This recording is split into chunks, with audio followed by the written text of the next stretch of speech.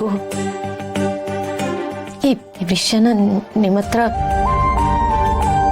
ಹೇಗೆ ಹೇಳೋದು ಅಂತ ಗೊತ್ತಾಗ್ತಿಲ್ಲ.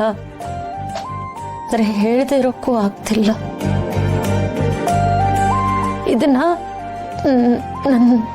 ನನ್ನೊಳಗೆ ಇಟ್ಕೊಳ್ಳೋಣ ಅಂತ ಅನ್ಕೊಂಡಿದ್ದೆ, ಆದ್ರೆ ನಿಮ್ಮಿಂದ ಮುಚ್ಚಿಡಕ್ಕೂ ಆಗ್ತಿಲ್ಲ. ಏನಾದ್ರೂ ಇರ್ಲಿ, ಇದು ಯಾಕೆ ಒಬ್ಬರೇ ಯೋಚನೆ ಮಾಡಿ ಅದ್ರ ಭಾರ ಹೊರ್ತಾ ಇದ್ದೀರಾ? ವಿಷಯ ಏನು ಅಂತೇಳಿ ಆಮೇಲೆ ಯೋಚನೆ ಮಾಡೋಣ. ಕೆಲವೊಮ್ಮೆ ಗೌತಮ್ ಅವರೇ, ನಾವು ಎಲ್ಲ ಸಮಸ್ಯೆಗೂ ಪರಿಹಾರ ಸಿಗುತ್ತೆ ಅಂತ ನಂಬ್ಕೊಂಡಿರ್ತೀವಿ.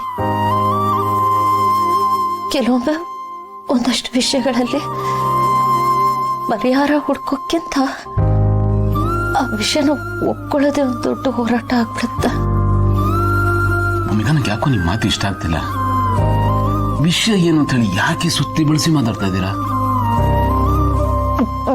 ಬೆಳಿಗ್ಗೆಯಿಂದ ನಾನು ನಿಮಗಿದ ಹೇಳೋಣ ಅಂತ ಇದ್ದೆ, ಆದ್ರೆ ಹೇಳೋದು ಬೇಡ ಅನ್ನೋ ಗೊಂದಲದಲ್ಲಿದ್ದೆ. ಹೇಗೆ ಹೇಳಬೇಕು, ಧೈರ್ಯನ ಸಾಕ್ತಿಲ್ಲ. ಪ್ಲೀಸ್ ಈಗೆಲ್ಲ ಮಾತಾಡ್ಬೇಡಿ. ನಿಮ್ಮ ಅದನ್ನ ಭಯ ಹುಟ್ಟಿಸ್ತಾ ಇದೆ.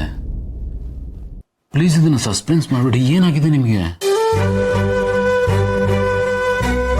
ನನ್ನ ಹಣೆ ಬರೋದಲ್ಲಿ ನಿನ್ನ ಜೊತೆ ಜಾಸ್ತಿ ಸಮಯ ಇಲ್ಲ ಗೌತಮ್ ಅವರೇ.